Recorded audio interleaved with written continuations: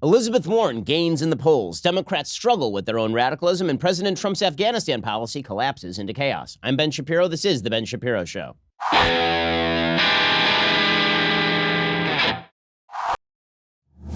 There's nothing like reemerging from a beautiful weekend to come back into a studio where it smells like something died. But the thing that died, it turns out in the studio at least, was not Joe Biden's poll numbers. It was actually something. Like, it actually smells like something died.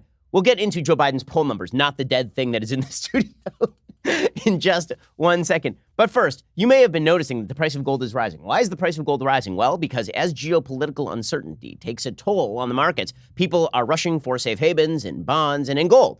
Okay, the fact is that geopolitical tensions are rising. You can just read the news or listen to the show. One consequence has been a 5-year high in gold prices. Recently, Iran announced it will break the uranium stockpile limit they agreed to under the nuclear deal. That is not a coincidence that gold prices have been rising. China, of course, our trade war with China is having a toll on the economy, and this is also causing gold to rise. Well, the fact is that if you are looking to diversify into gold, there's only one choice that you should be using, and that is the folks over at Birch Gold. I know the folks over at Birch Gold. I've been talking about them for years. I trust them. Gold is a hedge against inflation, a hedge against uncertainty and instability. My savings plan is diversified, and yours should be too. I'm not saying take all your money and throw it into precious metals. I'm saying at least part of your savings plan should be in precious metals because it helps protect you against the vicissitudes of the market. Birch Gold Group has thousands of satisfied customers, countless 5-star reviews, an A+ rating with the Better Business Bureau. Contact Birch Gold Group right now. Get a free information kit on physical precious metals. See if diversifying into gold and silver makes sense for you. This comprehensive 16-page kit reveals how gold and silver can protect your savings, how you can legally move your IRA or 401k out of risky stocks and bonds into a precious metals IRA if that's something you are interested in. To get your no-cost, no-obligation kit, text BEN to 474747. Again, text BEN, my name, to 474747. Okay, so we begin this week, which is a big debate week, right? Because later this week is the first debate in which Elizabeth Warren and Joe Biden will share a stage. Bernie Sanders will be there too. In all likelihood, this turns into a gang attack on Joe Biden by Bernie Sanders and by Elizabeth Warren and by Kamala Harris and by Cory Booker. And that's because the dynamics of the race have shifted somewhat. Right now, if you are Kamala Harris or Cory Booker, what you are figuring is that Elizabeth Warren looks like she is taking a huge chunk of Joe Biden's white support. And if Joe Biden should collapse, is the black support that Joe Biden currently has, is that support going to shift over to Elizabeth Warren? Or is it more likely that it shifts over to somebody like a Kamala Harris or to somebody like a Cory Booker, which is why they're still in the race? Meanwhile, Bernie Sanders is still clinging to the hope that he is the great progressive alternative to Joe Biden, not Elizabeth Warren. And that hope is not completely unsupportable. The fact is that there are several polls that show that Bernie Sanders on a national level outpolls Elizabeth Warren. But Elizabeth Warren is doing really well in a lot of these early states, and it's still extremely early, and Joe Biden continues to gaffe and gaffe and gaffe and gaffe. He's an extraordinarily weak frontrunner. As I've been saying for months, Joe Biden's best day would be his first day, and that has been obviously true. Over the weekend, Joe Biden stumbled some more. He was in Manchester, New Hampshire, and he continued to gaffe. Limit it to 4 years. I believe history will look back in this presidency as an aberrant moment in time. But if Donald Trump is reelected, Freudian slip, if Donald Trump is reelected, he will forever and fundamentally alter the character of this nation. Donald Trump. Donald Trump does pose an existential threat to this. It's not hypothetical, his threat to this nation. Man, Joe Biden, a lot of scrambled eggs up there. My goodness. He poses an extra threat. He's going to be bad. He's going to be bad, guys. Tim Ryan, who's a fellow presidential candidate, he's going nowhere. But his statements about Joe Biden's mental state, this is obviously true. Here's Tim Ryan explaining that Joe Biden's mental state is a bit of an issue here, guys. Well, I mean, he went on Colbert to address this very issue. It's not like I said something that a lot of people aren't thinking, or he wouldn't have went on Colbert to talk about it.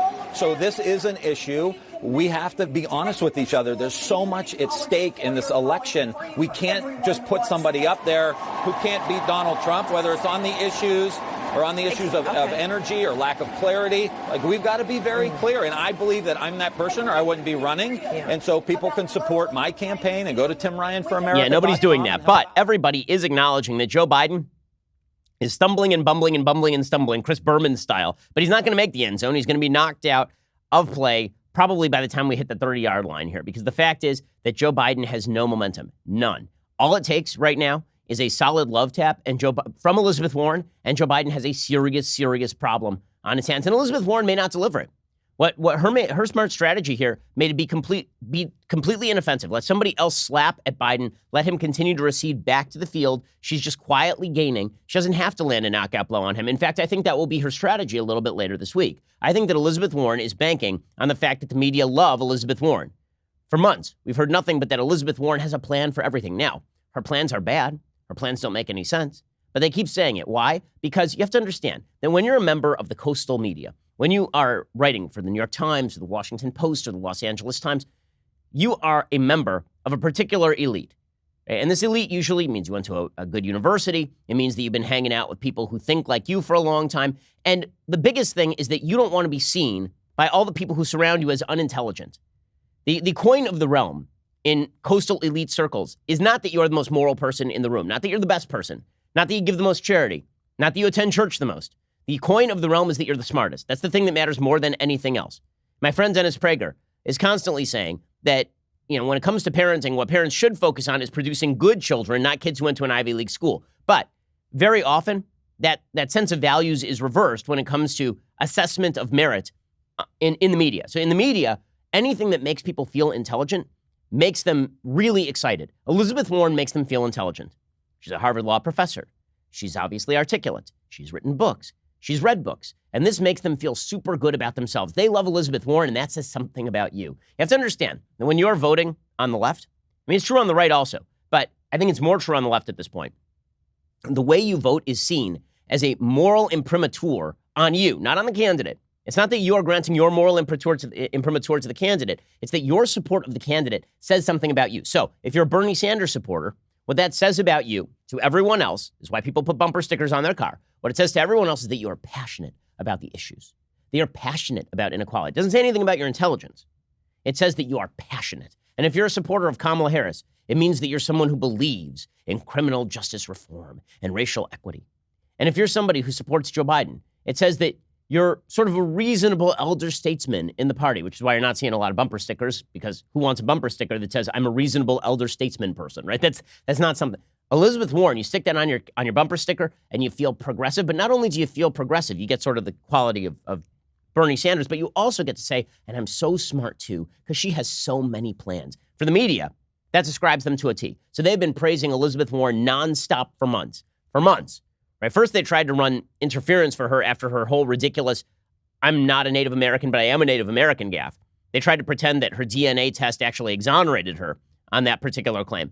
And then when that failed, they shifted gears, and suddenly it was, doesn't she have plans, guys? I mean, she has so many plans. Well, one of Elizabeth Warren's big plans that the media have paid very little attention to, I mean, they've run a couple of fact checks, but then they've ignored it. And so she keeps continuing to claim it, is that all of her giant plans will be paid for by an enormous wealth tax. And this is Elizabeth Warren over the weekend at the New Hampshire Democratic Party convention explaining that all she's going to do is tax people who have assets more than $50 million, 2 or 3%. She's going to take all their money from them at that rate because, again, remember, that's every single year. She's going to take 2 or 3% of their net wealth. And then she is going to use that for a variety of government programs. And what a plan. What a plan, Elizabeth Warren. Your first $50 million free and clear. But your 50 millionth and first dollar, you got to pitch in 2 cents. And 2 cents for every dollar after that. And what can we do with 2 cents?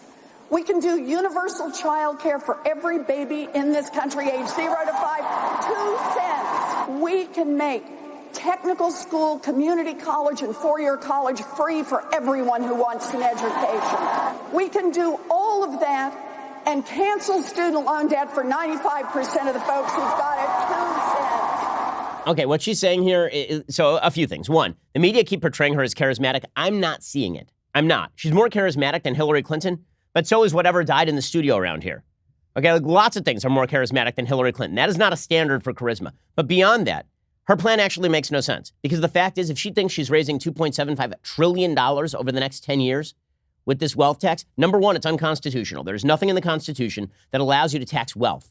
Not income, right, which was legalized idiotically by the 16th Amendment, but wealth. Okay, there's nothing there that allows you to tax wealth itself, especially stuff that people have already paid tax on. You're talking about, I already paid property tax, I already paid tax on all of the income that I make, and now you're going to come in and tax me again Based on what moral principle are you going to tax me? Again, beyond that, just speaking realistically, it is not going to raise this amount of money.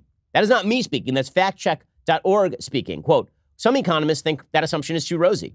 While neither the Tax Policy Center nor the Tax Foundation have yet released a full analysis of Warren's plan, economists at both said there is reason to believe that Warren's revenue estimate is too high. Kyle Pomerlew, a chief economist and vice president of economic analysis at the nonprofit Pro-Business Tax Foundation, said the assumption of 15% tax evasion, her plan says there will be 15% tax evasion or avoidance. He says that's actually the average avoidance for the entire U.S. tax system, which is primarily the income tax and payroll tax.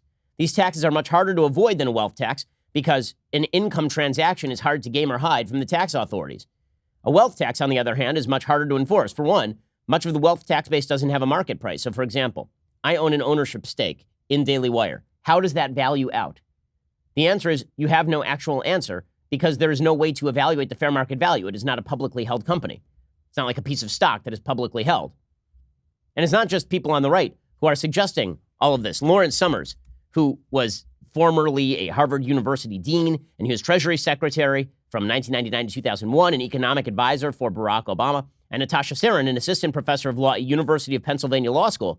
They published an op-ed in the Washington Post just earlier this year saying common sense revenue estimates by economists who are not very deeply steeped in revenue estimation tend to be overly optimistic.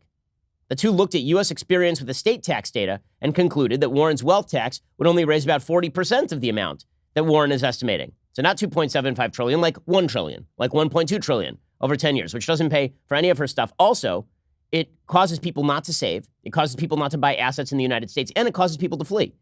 There have been a vast number of European countries that have tried a wealth tax. Millionaires and billionaires fled. They just took their money and they went elsewhere. See, this is the nice thing about being super wealthy. You don't have to stick around to watch Elizabeth Warren take your money. You can just move your money. You can just take your money and go to the Cayman Islands and buy a nice home there and stay there.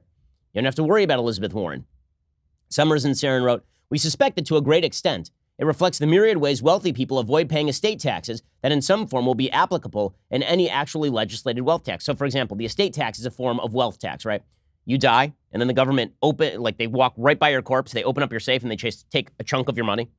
Okay, what people do is instead they create living trusts, and they put their money in a living trust for their children. So when they die, the money didn't belong to them, it belonged to their children already. This avoids the estate tax. They say all of the methods that are used to avoid the estate tax will also be used to avoid the wealth tax. They say these include questionable appraisals, valuation discounts for illiquidity and lack of control, establishment of trusts that enable division of assets among family members with substantial founder control, planning devices that give some income to charity while keeping the remainder for the donor and beneficiaries, tax-advantaged lending schemes, and other complex devices known only to sophisticated investors. Except for reducing a naive calculation by 15%, Warren's economic advisors do not seem to take account of these devices. If our suspicion is correct, a wealth tax will not yield the revenue its proponents hope for, and when actual scorekeepers score actual proposals, their estimates will disappoint advocates. Okay, this is obviously true, but Elizabeth Warren's going to keep trotting that out there. It doesn't matter because, again, she gives a feeling of flattery to a media that is desperate to be flattered. It's the reason the media hate Trump so much, by the way. It's not just because Trump is a Republican. It's because Trump makes them feel like they don't get Americans. They look at Trump and they have scorn for him. They think, oh, what a dummy, what a fool, what a stupid guy. How could he be outsmarting us? And how could he have power? How is this possible? Elizabeth Warren makes members of the media feel good about themselves, even if her proposals don't actually make any sense at all. And they actually don't make it. By the way, her own proposals make so little sense, honestly, that she was rejecting a lot of her own proposals as late as 2003, 2004. Like she talks about universal child care for every child age 0 to 5. She wrote an entire book about how this would disadvantage married mothers who stay at home and how you need now subsidies for married moms who stay at home. Right? She wrote in her book, she talks about why it would be a mistake to relieve student loans, Right? She said that it would be a mistake not to just cap tuition, right? Not to just cap the amount that colleges can charge for tuition on a public level, as opposed to subsidizing the student loan industry, as opposed to paying off people's loans and quote unquote paying for free college and all of the rest of this. And now she backs all of those things. Why? Because here's the dirty little secret. Elizabeth Warren has become a deeply dishonest politician. I'll provide proof of this in 1 second. Plus, I will tell you where she actually stands in the polls and why she really is the shadow frontrunner at this point for the Democrats. First, I don't go to the post office anymore. Why? Well, it takes a lot of time. I have to get all my stuff, put it in the car. I have to go drive to the post office. I have to wait in line. There's a lot of great stuff at the post office, but do I really want to wait in line or get in the car and do all those things? Do I really want to have to go to the grocery store to buy stamps? Well, instead, I could just sit at my computer like I do the rest of my day in the middle of my work, and I could use stamps.com. I could use the interwebs to do the same thing for cheaper. Stamps.com bring all the amazing services of the U.S. Postal Office directly to your computer. Whether you're a small office sending invoices, an online seller shipping out products, or even a warehouse sending thousands of packages a day, Stamps.com can handle it all with ease. Simply use your computer to print official U.S. postage 24/7 for any letter, any package, any class of mail, anywhere you want to send it. Once your mail is ready, you just hand it to your mail carrier or you drop it in a mailbox. It is indeed that simple. Stamps.com's a no-brainer. It saves you time. It saves you money. So what exactly are you waiting for? Right now, my listeners get a special offer that includes a 4-week trial plus free postage and digital scale, no long-term commitment, which is a hell of a deal just for trying. Go to Stamps.com, click on the microphone at the top of the homepage, and type in Shapiro. That is Stamps.com. Enter Shapiro for that special deal. Again, why are you schlepping over to the post office when you could just do this stuff from your desk? Stamps.com, enter code Shapiro. Okay, so where do we stand in the polls? And then we'll get to why Elizabeth Warren, proof that she is deeply dishonest. Okay, so here are the polls. According to CBS News, brand new poll, CBS News YouGov Tracker. They've now polled all of the Super Tuesday states, all of the states up through Super Tuesday. So it goes in the Democratic Party, it goes Iowa, and then New Hampshire, and then South Carolina, Nevada, California, and a bunch of other states on Super Tuesday. Right now, Bernie doesn't win very many delegates. Biden has 600 delegates available through Super Tuesday. Warren is at 545. That's a disaster for Biden. Biden's entire narrative is that he's the inevitable nominee and the inevitable president. If Warren emerges from Iowa and New Hampshire victorious, I don't think that his lead simply holds up in a lot of these Super Tuesday states. Bernie Sanders is rounding out the top tier of candidates with 286 delegates in those races. But I don't think that Bernie retains all those delegates. Because remember, all the polls are being done now about all of those states, but those states are time delayed. It goes Iowa, New Hampshire, South Carolina, Nevada, and then on Wednesday you have California, Utah, Colorado, Oklahoma, Texas, Arkansas, Tennessee, Alabama, North Carolina, Virginia, Minnesota, and Maine, and Vermont, and Massachusetts, which presumably Warren will win since she's a senator from there. If Elizabeth Warren emerges as the serious challenger from Iowa and New Hampshire and Bernie doesn't win either of those states, I think Bernie's toast. I think at that point Bernie is done. And you can take a lot of those delegates, those 286 delegates, and you can toss them to Elizabeth Warren. According to that CBS News YouGov poll, state by state in vote preference, New Hampshire now sees Warren just slightly up over Biden and Sanders in first choice preference there, which is a change for her. Remember, she was underperforming in New Hampshire as of a couple of weeks ago. They say that that's a three-way contest, but that's not a three-way contest. If Elizabeth Warren wins Iowa, and she already is running even with Biden and Sanders in that state, then she wins that state too. And Biden holds a small edge over Sanders in first choice preference in Iowa. Sanders has a narrow edge over Biden in Nevada. But where is Elizabeth Warren in these states? Well, she has the best on-the-ground organization in Iowa. She trails substantially by 9 to 12 points in Iowa. She trails Bernie by 9. She trails Biden by 12 in Iowa. But the smart money says that that is underpolling her supporters. Remember, Iowa is a caucus state. You recall that back in 2008, Hillary Clinton was expected to win Iowa over Barack Obama, and Barack Obama won instead. There were suspicions that that may have not been entirely on the up and up. South Carolina, Joe Biden has a wide lead. He's at 43% compared to Bernie at 18 and Elizabeth Warren at 14. But again, that relies somewhat on momentum. Remember that Ted Cruz won South Carolina, I believe, last time around. And it was widely perceived that Ted Cruz was going to have some sort of firewall. Whenever a candidate talks about a firewall, I have yet to see a candidate with a quote-unquote firewall where the firewall holds. Right now, Bernie Sanders is up slightly in Nevada, 29 to 27 over Joe Biden, but Elizabeth Warren's at 18, which means she is in striking distance. Overall, in the early contests, it is now Elizabeth Warren 26, Joe Biden 25, Bernie Sanders 19. And it is likely that Bernie Sanders is going to continue to recede and Elizabeth Warren is going to increase. According to CBS News, Biden's support has largely held and even risen in some places like in Iowa. So the movement toward Warren is not attrition from Biden, but of lower-tier candidates losing supporter who have gone to Warren or in lesser numbers to Sanders. For instance, Warren has benefited most from former Kamala Harris's supporters switching their allegiance. 29% who were backing Harris in July, whom we re-interviewed for the study, have switched to Warren. Biden only picked up 15%. Warren is also under consideration by more Democrats, 60%, than Biden is, 50%. Biden does better than Warren in being named the first choice, but she is best among second choice candidates. And again, it's really about electability. And as the polls change for Elizabeth Warren on that front, that is very bad news for Joe Biden, meaning he has to continue making the case that Warren can't beat Trump. That's really what this is about. And that case, by the way, is extremely strong, that Warren cannot beat Trump. It's a very strong case. But among Democratic voters, the perception has been growing that Elizabeth Warren would probably win against Trump. As of June, only 39% of Democratic voters considering Warren said that they thought that she could probably win against Trump. Now it is 55%. 58% of Sanders' supporters think he would probably beat Trump. Overall, most Democrats are pretty optimistic that anybody they nominate will beat Trump. So again, I think that here's as I say, the self-flattering assumption by the media is reflected in their media coverage, and that, of course, shapes public opinion. One of the numbers in this poll that really says a lot is that when asked which candidate is the most knowledgeable, it says Warren at 42%, Biden and Sanders tied at 24%. And that is because when you just keep repeating over and over and over again that Warren has a plan, it doesn't matter if the plan is crap. And then there's a third question, which is whether age is a concern. 66% of Democrats say that Joe Biden, that age is not a concern, but 31% say that he's too old. 37% say that Sanders is too old. Only 5% of Democrats say that Warren is too old. So more evidence of Joe Biden stumbling and bumbling about the campaign trail is not going to be good for him either. And 46% of Democrats say that they would be enthusiastic about Elizabeth Warren as the candidate, compared to 38% for Sanders and only 29% for Joe Biden. So again, these are bad numbers for Joe Biden. He looks very weak. Right now, among Democrats, they asked which message is more attractive to you.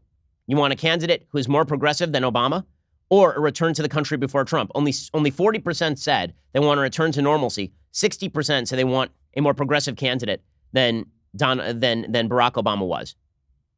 So these are bad numbers for Joe Biden. And Joe Biden is weak.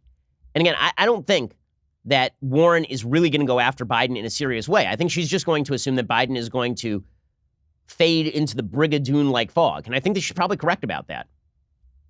Now, there's a problem, which is that all of the talk about Elizabeth Warren being supremely honest and non-Clintonian is a lie.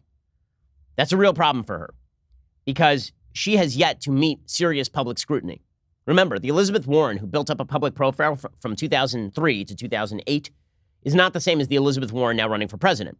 We talked about this last week. The Elizabeth Warren from 2003 to 2008 was actually a fairly interesting progressive figure who thought differently on school vouchers and student loans, who thought seriously about issues like bankruptcy. Now she is just a rubber stamp progressive who sounds a lot like Bernie Sanders. And here's the proof. Today, there's a piece from Jonathan Allen at NBC News talking about how Warren and Clinton are talking behind the scenes. Which is Warren's worst nightmare, right, is that she's perceived as the second coming of Hillary Clinton. That is not what you want to be. According to Jonathan Allen, Elizabeth Warren's team doesn't want to talk about Hillary Clinton, but that doesn't mean the 2020 presidential candidate isn't talking with her party's 2016 nominee. The two women have kept a line of communication open since the Massachusetts senator decided to run for president, though only a conversation around the time of Warren's launch has been previously reported, according to several people familiar with their discussions, who spoke to NBC on the condition of anonymity because of the political sensitivity of private interactions. It's hard to know exactly how many times they've reached out to each other, or precisely what they've discussed, in part because neither camp wants to reveal much of anything about their interaction, and in part because they have each other's phone numbers, and there are many ways for two high-powered politicians to communicate that don't involve their staffs. One source was aware of just one additional call between Warren and Clinton since then, but a person close to Clinton said the contact has been substantial enough to merit attention, describing a conversation between the two as seemingly recent because it was front of mind for her. That has clearly not gone unnoticed. I think she really appreciates that, the person close to Clinton said. Well, Warren making overtures to Clinton is definitely different than Warren just a few years ago. I'll explain momentarily. First, let's talk about what you're going to do with your business. It's getting late in the year. We've now passed summer, and that means you better rev up for the end of the year. As vacation season wraps up and you fall back to your normal routine, you need to get your stuff done with LegalZoom before we hit end of year. There is an urgency to getting your business on track before we hit 2020. Right now, LegalZoom is making it easier to say so long to summer by saving you 10% off the things you need to accomplish. For all you entrepreneurs that haven't set up an LLC, DBA, or S-Corp for your business, now would be the time to save money. And if you've been meaning to wrap up your last will or living trust, but you can't seem to find the time, take a moment, do the right thing for your family, make sure they're taken care of. If you get confused or have questions, don't let that slow you down either. LegalZoom isn't a law firm. Their network of independent attorneys and tax professionals can give you the advice you need to make the right decisions. Look, LegalZoom is so good that I'm a lawyer. When I have to do legal documents and I don't feel like spending a ton on hourly fees, LegalZoom is where I go. I've been doing this for years, long before they were an advertiser. Save 10% for a limited time on the things you've been meaning to do with LegalZoom. Just go to LegalZoom.com right now. Use code BEN at checkout. LegalZoom, where life meets legal. Go check them out right now. LegalZoom.com. Use code BEN at checkout. LegalZoom is where life meets legal. So again, Elizabeth Warren is now reaching out to Hillary Clinton. And this is very different from Elizabeth Warren talking about Hillary Clinton as of her book, The Two Income Trap, in 2003. Glenn Kessler wrote about this for the Washington Post just a couple of years ago. He said Warren noted that Hillary Clinton had received $140,000 in campaign contributions from banking industry executives as she sought a Senate seat. Why was that relevant? Because she talks about how she had met with Hillary Clinton about a bankruptcy bill in the early 90s, and she praised Hillary Clinton as extremely bright. She called her, quote, impatient, lightning quick, interested in all the nuances. And then it turns out that Hillary voted against the bill, or in favor of the bill that Elizabeth Warren opposed, and she tore into her in The Two Income Trap. She said the bill was essentially the same, but Hillary Rodham Clinton was not. Hillary could not afford such a principled position. Campaigns cost money, and that money wasn't coming from families in financial trouble. Here's Elizabeth Warren, circa 2004, talking about how Hillary Clinton is basically a corrupt figure. She was then First Lady. This is in the 1990s, late 1990s. Mrs. Clinton saw the piece, and I got a call from the White House. I go over the law. It's a complex law. Went over the economics, showed her the graphs, showed her the charts, and she got it. She turned around a whole administration on the subject of bankruptcy. She got it. And then? One of the first bills that came up after she was Senator Clinton was the bankruptcy bill. Her husband had vetoed it very much at her urging. And? She voted in favor of it. As Senator Clinton, the pressures are very different. Okay, so this is Warren back when she was honest. Right now, you got Elizabeth Warren making phone calls to Hillary Clinton. Now they're best friends. And Elizabeth Warren has shifted her own positions on a variety of issues, ranging from the subsidization of college education to school choice, because the pressures of being a senator or a presidential candidate are very different. Now, this does pose a problem for the Democrats, because the fact is that most people in the country are not on board with all of the progressive views on all of the issues. David Leonhardt has a piece in the New York Times today talking about this. Okay, he's on the left, and he says it's not that progressivism can't win. He's saying that there are certain progressive issues that are deeply unpopular, and they should be. Right? He points out a couple of issues as an example. He says the first is the idea of decriminalizing border crossings so that the illegal entry into this country would only be a civil violation. Supporters of the idea, says Leonhardt, make intricate technocratic arguments about how decriminalization won't make the border less secure. But most voters tune out. They don't buy the long explanations for why the policy doesn't mean what it certainly seems to mean, less border enforcement. In an NPR PBS NewsHour Marist poll, 67% of registered voters call decriminalization a bad idea. Okay, when it comes to slavery reparations, 63% of Americans call it a bad idea. When it comes to replacing private insurance, 55% say it's a bad idea. When it comes to free public college, 51% say it's a good idea, but 45% say it's a bad idea. In other words, there are a lot of issues where people are generally in favor of progressive principles until they get the details, in which place they switch. But Democrats' advantage on general election directed questions has been fading. Right? David Leonhardt points out that slightly more voters say that the ideas being offered by the Democratic candidates would now hurt the country more than would help the country, according to that NPR poll. As of September 2018, 53% of Americans had a favorable view of the Democratic Party versus 42% unfavorable. 43% had a favorable view of the Republican Party compared to 52% unfavorable. As of September 2019, fast forward a year, the two parties are now identical. 45% of Americans say that they are favorable toward one of the parties. 52% of Americans say they're unfavorable toward one of the two parties, meaning that basically the parties are now on even footing. So all of the talk about Elizabeth Warren this and Elizabeth Warren that, as she skews radical, it's going to be unpopular. And this is the problem inside the Democratic primaries. What is going to create victory in a Democratic primary may be mutually exclusive with what creates victory for Democrats in a general election. Take, for example, Beto O'Rourke. So Beto O'Rourke is basically John Cusack in Say Anything, standing outside the democratic process holding a boombox. And what that means is that he is the most enthusiastically crude of all the candidates. He has no nuance to his ideas.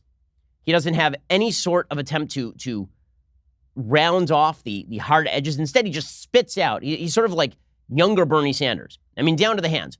And here is Beto O'Rourke talking about what he thinks the Democratic primary voters want to hear. America's a violent, racist country. Yeah, that's a hell of a campaign slogan there, Beto. This is a violent country that loses more than 40,000 of our fellow Americans every year to gun violence. And this is a country that has been defined by foundational, systemic, endemic racism since the very founding of this country, August 20th of 1619. The first time that a kidnapped African was brought here against his will and made to serve as a slave to build the greatness and the success and the wealth of this country, which his descendants would never be able to fully participate in. This is the reality of the United States of America, and sooner or later, it was going to find us. Okay, I mean, that's a hell of a campaign slogan. America was founded in crap, and now it's still crap, and it was going to come back to haunt us. That sounds great, Beto. I mean, dude needs to go back to his Ivy League education, his rich parents paid for, and smoke a bong and chill, because he is just, he's ridiculous. I mean, and then Beto went further. He said we should legalize 10 million illegal immigrants. This is a hell of a campaign slogan right here from Beto O'Rourke. But again, Beto thinks that he is representing the id of the Democratic Party. He's hoping that if he says the F word a lot, if he just says, bruh, F it, if he says that a lot, and then he also says America sucks, that he'll somehow win the nomination. We're going to legalize the presence of more than 10 million in the United States, beginning with dreamers who will never again fear deportation back to a country they do not know, because we will make them U.S. citizens in this, their true home country.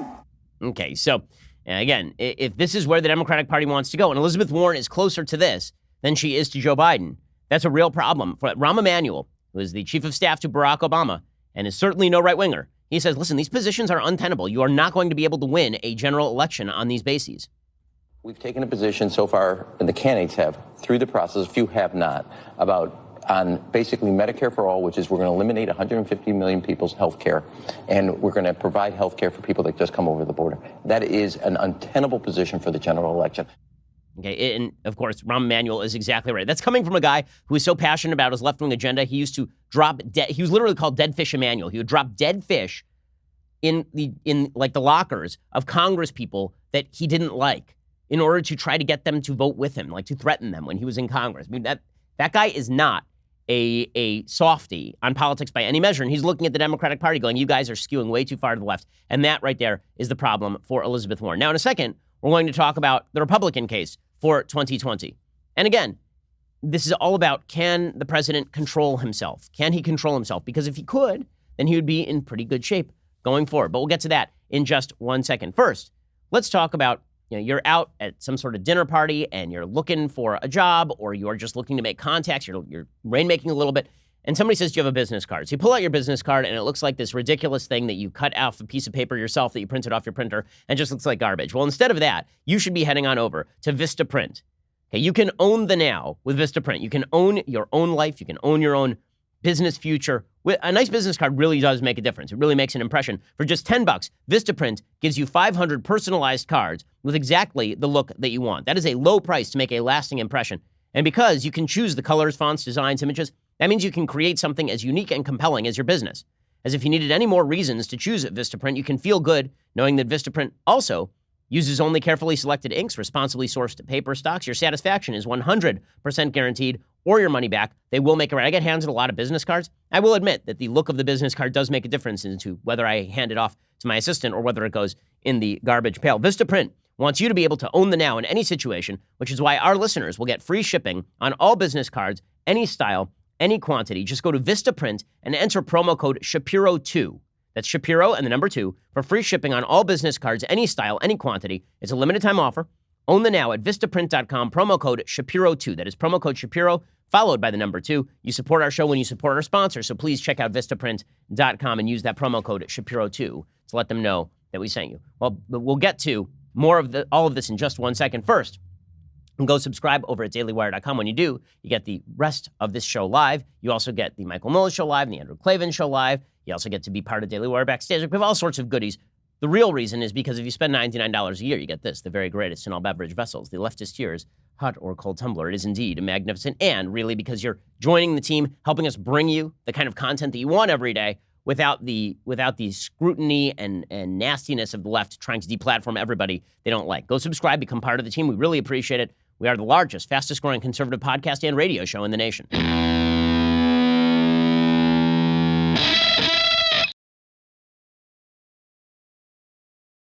Well, before we leave the Democrats entirely, I would be remiss if I did not point out that the most incompetent candidate on the Democratic side of the aisle is not, in fact, Joe Biden. It is Kamala Harris. Remember that time when Kamala Harris seemed like she was skyrocketing toward the nomination? Remember there was that first debate where she talked about busing and she attacked Joe Biden. Everybody's like, wow, that was incredible. And then it turns out she's terrible at this. Well, she's truly terrible at this. And over the weekend, she proved, again, that she is terrible at this. She was campaigning, and a person got up and described Republican voters and Trump voters as, quote, mentally retarded. And Kamala Harris heard this and laughed. Okay, this is not a question as to whether she heard this. She obviously heard this. She responded directly to the comment. Here is the original clip. So I don't buy that argument that impeachment does not make sense, Senate will acquit. I don't buy that argument. There needs to be accountability. I mean, what are you going to do in the next 1 year to diminish the mentally retarded action of this guy? Well said. Well said. I plan to win this election, I'll tell you that. Well said, guys. Well said. What do you do to plan to diminish the mentally retarded faction of this country? The guy says, and she says, well said. Well, I mean, she is in favor of eugenic abortion, so that would be one thing, presumably, that she'd be in favor of, because she's a terrible person who believes terrible things. But, I mean, that the term mentally retarded, I'm old enough to remember when that was considered a really, really bad thing, because it is a bad thing. Mocking people who have a mental disability is a ridiculous, ridiculous thing. Now, here's the funny part, right? Kamala Harris is asked about this, and then she's like, well, I never heard it. You literally responded to the guy. You literally responded to that human being. Okay, because that, like, come on. Who are you going to believe, Kamala Harris or your own eyes and ears? Here's Kamala Harris now apologizing for this. It's offensive, and you would think that in the year 2019, people would have a much better understanding of how hurtful a term like that can be, but also the history behind it, which is a history of really ignoring the needs and the realities and the capacity of our disability community. So, you didn't correct him, though. Did you hear him? I heard him talk about the other stuff, and then that came later, and it was not something that I really heard or processed or, or in any way condone. Really? Really? Is that what happened right there? Look, in my family, we actually take this issue fairly seriously. My grandfather used to work with Easter Seals, which is a group that worked with people who had mental disabilities. My mom, when she first started out, did special education for kids. Like, it's a pretty serious issue. Kamala Harris pretending that she didn't hear the end of that. Remember when Donald Trump does that sort of stuff, it's the end of the world, right? When you have somebody who says something bad about illegal immigrants, and then he says, well, I guess you can do that in Florida. When he says, I guess you can do that in Florida. Get away with that in the Panhandle. And everybody's like, oh, that was really bad, because it was bad. And then Kamala Harris responds directly to a person who calls a vast swath of the voting public mentally retarded. And then she's like, well, I didn't hear that part. You know, the part he said directly to me. So how do the media cover this? If this doesn't tell you everything you need to know about the way the media covered this, NBC News' headline, you ready?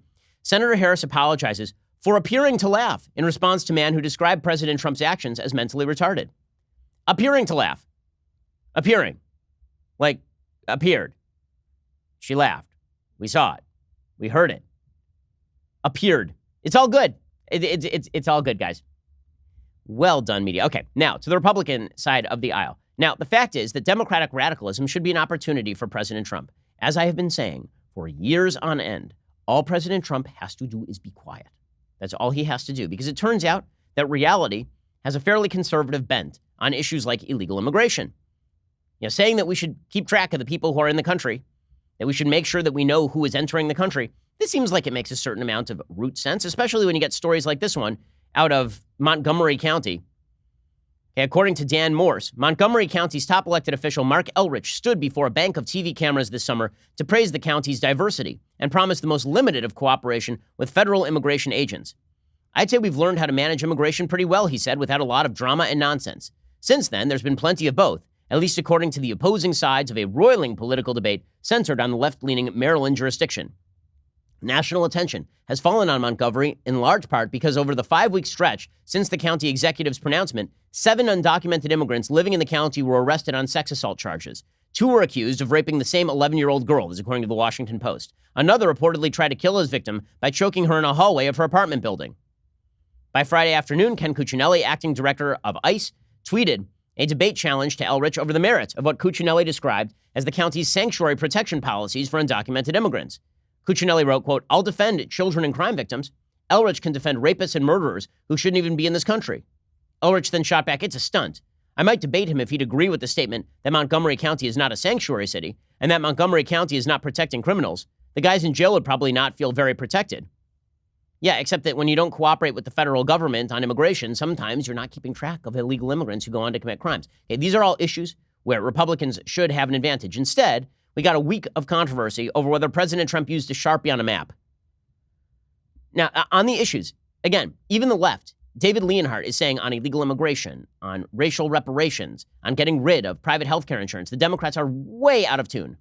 Shouldn't Trump just be hammering that over and over? Instead, we got a week of controversy over whether the National Oceanographic and Atmospheric Administration was actually right or wrong in their assessment of a threat level of a hurricane hitting Alabama. A week of this. And the news continues to break that the NOAA basically acted in order to avoid damaging President Trump's fragile ego. This is a waste of time. It's a waste of energy. And the fact that people on Twitter keep defending it demonstrates that they don't understand that Twitter is not real life. And winning the Twitter battle does not mean winning an election. Andrew Friedman, Colby Itkowitz, and Jason Samenow. I love that the Washington Post put 3 reporters on this. NOAA staff warned in September 1st directive against contradicting Trump, nearly a week before the NOAA publicly backed President Trump over its own scientists. A top NOAA official warned its staff against contradicting the president. In an agency-wide directive sent September 1st to National Weather Service personnel hours after Trump asserted, with no evidence, that Alabama would most likely be hit much harder than anticipated, staff was told to only stick with official National Hurricane Center forecasts if questions arise on some national-level social media posts, which hit the news this afternoon. They were also told not to provide any opinion, according to a copy of the email obtained by the Washington Post. An NOAA meteorologist who spoke on condition of anonymity for fear of retribution said the note was understood initially to be referring to Trump and came after the National Weather Service office in Birmingham contradicted Trump by tweeting that Alabama would not see any impact from the hurricane. So the NOAA sent a note saying, let's just stick with the National Hurricane Center forecast and we won't contradict Trump. Any attempt to shield Trump's ego, honestly, I don't see the purpose of it. I really don't. The fact is that President Trump, for all the talk about him being thin-skinned, dude takes more crap than any other politician I've ever seen in my life. And guess what? He's still there. He hasn't gone anywhere, has he? And yet this attempt to sort of shield him, it ends up creating worse headlines than if you just let Trump own it. Right? If Trump just went, okay, screw that one up. I guess I was out of the loop. The Democrats would still attack him, but they wouldn't have any place to go because most people would be like, what are they attacking him over? It's just a screw up. Who cares? Meanwhile, it is amusing to watch as other Republicans seem to believe that they can jump in against President Trump in this race. So Mark Sanford, the former Republican governor of South Carolina, you remember that time when he was governor of South Carolina and then he went traveling the Appalachian Trail? That was his euphemism for sleeping with his mistress in South America.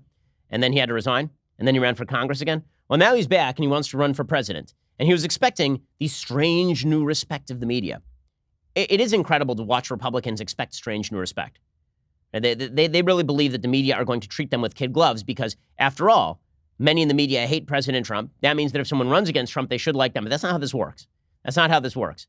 You're not going to receive the strange new respect of the media for running against Trump. The fact is, many in the media would like to link every Republican with President Trump, as Democrats are attempting to do in Texas, where Trump is less popular than the Republican Party overall. Also, Mark Sanford, why is he running? Chris Wallace basically asked him this question, and Sanford didn't have a great answer. The mistakes in life, the mistakes that we make are the great tuitions of life. They cost us, but you can learn from them. And for me, I learned a level of humility, a level of empathy that I didn't have before, a level of judgment. It is something of great regret. It's something I've apologized extensively for. And in contrast to the president, where he says there's not a single thing that he sort of regrets or apologizes for, I profoundly apologize for that. Okay, that's always a great campaign slogan. I profoundly apologize for that. Sanford 2020. Good luck with all of that. Now, again, I don't think that Trump is going to be substantially challenged from inside the party. I know that Matt Drudge is headlining with Sanford. Having another challenger like Joe Walsh and Mark Sanford are going to do any damage to Trump. That obviously is not going to be a thing. The real damage to Trump, in the end, is not going to come from somebody outside Trump. It's going to come from Trump himself. And a good example of this happened over the weekend. So President Trump was apparently planning to negotiate with the Taliban. This has been going on for a while. And a lot of people, I know in the military and in the foreign policy sort of hallways of power, were very skeptical of this, as well they should be. The Taliban is a terrorist group. The Taliban is a terror-supporting group. That is why we went into Afghanistan in the first place. After 9/11, the United States, under George W. Bush, offered the Taliban an opportunity to turn over Osama bin Laden. They refused. Afghanistan then was put on our bleep list, and then we invaded. And well, now Donald Trump is trying to negotiate directly with the Taliban. Now, Barack Obama tried to do the same thing, and I criticized him for it because you're literally negotiating with some of the worst people on earth to accomplish what? The return to power of the Taliban? I think that's a great idea. Well, Donald Trump was apparently secretly negotiating with the Taliban, and they were even going to get together at Camp David the week of 9/11, which is just, I mean, what? Those optics are just awful, right? Chris Wallace pointed this out. He said, why are we inviting the Taliban to the United States on 9/11? How is this a good idea? We don't think that back home in the region, they would take advantage of the fact that they were at Camp David on the 18th anniversary of 9/11. We're kidding ourselves. Enormous psychological. But that was going to be true whether or not they had, killed this one U.S. soldier or not. That's why I question the whole idea of holding a meeting. He talks about, well, this deal would bring peace, but it wasn't going to bring peace. I mean, as we know the outlines of it, there was no national ceasefire. There was no assurance that there was going to be a deal between the Afghan government and the Taliban. There was no guarantee that they were going to protect women. I mean, the deal as we saw it, the tentative deal in principle, did that make sense? And the answer is the tentative deal in principle did not make any sense. President Trump blew it up over the weekend. Now, again, blowing up a bad deal is not a bad thing. Announcing secret negotiations and blowing them up at the same time is not particularly smart foreign policy. Trump tweeted out, unbeknownst to almost everyone, the major Taliban leaders and separately the president of Afghanistan were going to secretly meet with me at Camp David on Sunday. Nothing says secret meeting quite like blowing it up on Twitter. Said they were coming to the United States tonight. Unfortunately, in order to build false leverage, they admitted to an attack in Kabul that killed one of our great soldiers and 11 other people. I immediately canceled the meeting and called off peace negotiations. What kind of people would kill so many in order to seemingly strengthen their bargaining position? They didn't. They only made it worse. If they cannot agree to a ceasefire during these very important peace talks and would even kill 12 innocent people, then they probably don't have the power to negotiate a meaningful agreement anyway. How many more decades are they willing to fight? Well, I mean, the answer is you're negotiating with them, right? So a lot. Also, what kind of people would kill an American soldier? What kind of people would shield Al-Qaeda? What are you talking about? What are you talking about? You're literally talking, why are the Taliban such bad people? I have an idea, like right here in the back. I have an idea, the Taliban being bad people. Is this like a great shot? I can't believe that the Taliban betrayed the principles of our Really? According to the New York Times, on the Friday before Labor Day, President Trump gathered top advisors in the Situation Room to consider what could be among the profound decisions of his presidency, a peace plan with the Taliban after 18 years of grinding bloody war in Afghanistan. The meeting brought to a head a bristling conflict dividing his foreign policy team for months, pitting Secretary of State Mike Pompeo against John Bolton, the national security advisor. As they discussed the terms of the agreement, Pompeo and his negotiator made the case that it would enable Trump to begin withdrawing troops while securing a commitment from the Taliban not to shelter terrorists. Bolton argued that Trump should keep his campaign pledge to draw down forces without getting in bed with killers swathed in American blood. Trump made no decision on the spot. At some point during the meeting, the idea was floated to finalize the negotiations in Washington, a prospect that appealed to the president's penchant for dramatic spectacle. Trump suggested he would even invite President Ashraf Ghani of Afghanistan, whose government had not been party to the talks, and get him to sign on. And then he wanted to bring the Taliban to Camp David, the crown jewel of the American presidency. All of this was bad ideas, because it was all about spectacle and not about content. As I say, the president's worst enemy in 2020 is, as always, the president, because he's done well on a lot of fronts. He's done well when it comes to judges. He's done well when it comes to the economy. He's done well when it's come to regulations. But his instinct for the dramatic is a real negative for him, and it could hurt him badly come 2020. Okay, time for some things I like and then things I hate. So, things that I like. So, if you're interested in a lot of the stories that have been coming out about AI, and it's about the nature of the human brain and the possibility of networking in with other brains. There was a story this week about this, about how it could change human existence as we know it. You could read each other's thoughts, and it could create networked thinking and all of this. It may raise some serious questions about free will and the soul. And this brings to mind a book that I recently read by J.P. Moreland, who's a philosophy professor over at Biola University. And it's called The Soul, How We Know It's Real and Why It Matters. Now, this is kind of a fascinating conversation because obviously if you're a materialist, you believe that the brain is all there is no such thing as a soul. Mental phenomena are basically just what they have termed to be, you know, outgrowths of just mental activity. They are kind of false positives that effectively your mental activity, your feeling of consciousness is not real. It's just your brain firing. It's just neurons firing. There's nothing separate. You don't have free will. You can't make your own decisions. I think this is a really interesting and important debate. And as part of the debate, you should check out J.P. Moreland's book, The Soul, because the fact is, if we don't have free will, that has some pretty significant ramifications for our politics and for our decision-making. If we don't have the capacity to think freely, if biology is all there is and there's no afterlife, that changes the math of it. All of these are interesting and fascinating debates that lie at the root of Western civilization. As I talk about in my own book, The Right Side of History, this book is well worth reading, J.P. Moreland. Okay, time for a quick thing that I hate. So now we're in the game of playing, according to the media, we are going to play Who Took a Picture with Whom. Now, it's funny, we didn't play this for years when there were pictures of Barack Obama with Louis Farrakhan. Then it was like, oh, you know, he was an event, man. Like, why are you making a big deal out of Barack Obama with Louis Farrakhan? And he's just Bill Ayers, just some guy from the neighborhood. You know, Barack Obama and Jeremiah Wright, you know, he went to his church, but did he really mean it? Sure, he titled his second book after a speech from Jeremiah Wright, but did that really mean anything? Well, now we're in the business of you took a picture with a guy once. That means that you and he are in absolute cahoots. I've experienced this myself, right? I was in a picture with Steve King because I went and I spoke at a congressional breakfast in Washington, D.C. This would have been 2-3 years ago, before Steve King's big blow about white nationalism. And so every time Steve King is in the news, people throw that picture out there as though there aren't pictures of me with literally dozens of Congress people, including with some Democrats, right? You know, but apparently that's the way this now works, is that if they can catch you in a picture with somebody, very bad. They did this to Jordan Peterson also. Jordan Peterson was in a picture with a guy who was wearing a shirt about Islamophobia. That was a silly shirt. And Jordan got in trouble because the guy wore a shirt. Okay, now this is the way that this is going to be played. So now they're doing this with Lindsey Graham. So Lindsey Graham, according to the Washington Post, appeared in a photo with Geert Wilders, a controversial Dutch parliamentary leader with anti-Islam and anti-immigrant views, while both attended a European security conference in Italy. Wow, they were in a picture together? That's unbelievable. I mean, that must mean, you know, there are pictures of me with people on the left. That must mean that I'm on the left, obviously. There's a picture of me standing next to Larry Wilmore. We must agree on everything. And that's the way this works now. Now, there are pictures with me with all sorts of people, tens of thousands of people, in fact. Presumably, I agree with all of them on everything.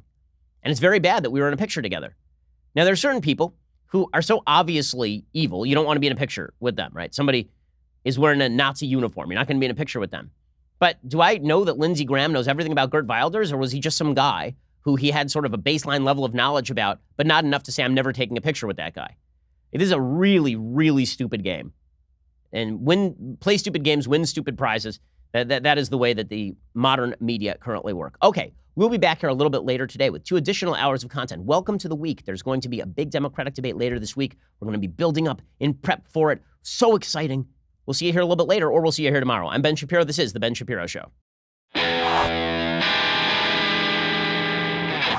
The Ben Shapiro Show is produced by Robert Sterling, directed by Mike Joyner, executive producer Jeremy Boring, senior producer Jonathan Hay. Our supervising producer is Mathis Glover, and our technical producer is Austin Stevens. Assistant director Pavel Wydowski, edited by Adam Sayevitz.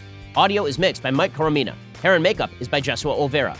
Production assistant Nick Sheehan. The Ben Shapiro Show is a Daily Wire production. Copyright Daily Wire 2019. On the Matt Walsh Show, we're not just discussing politics. We're talking culture, faith, family, all of the things that are really important to you. So come join the conversation.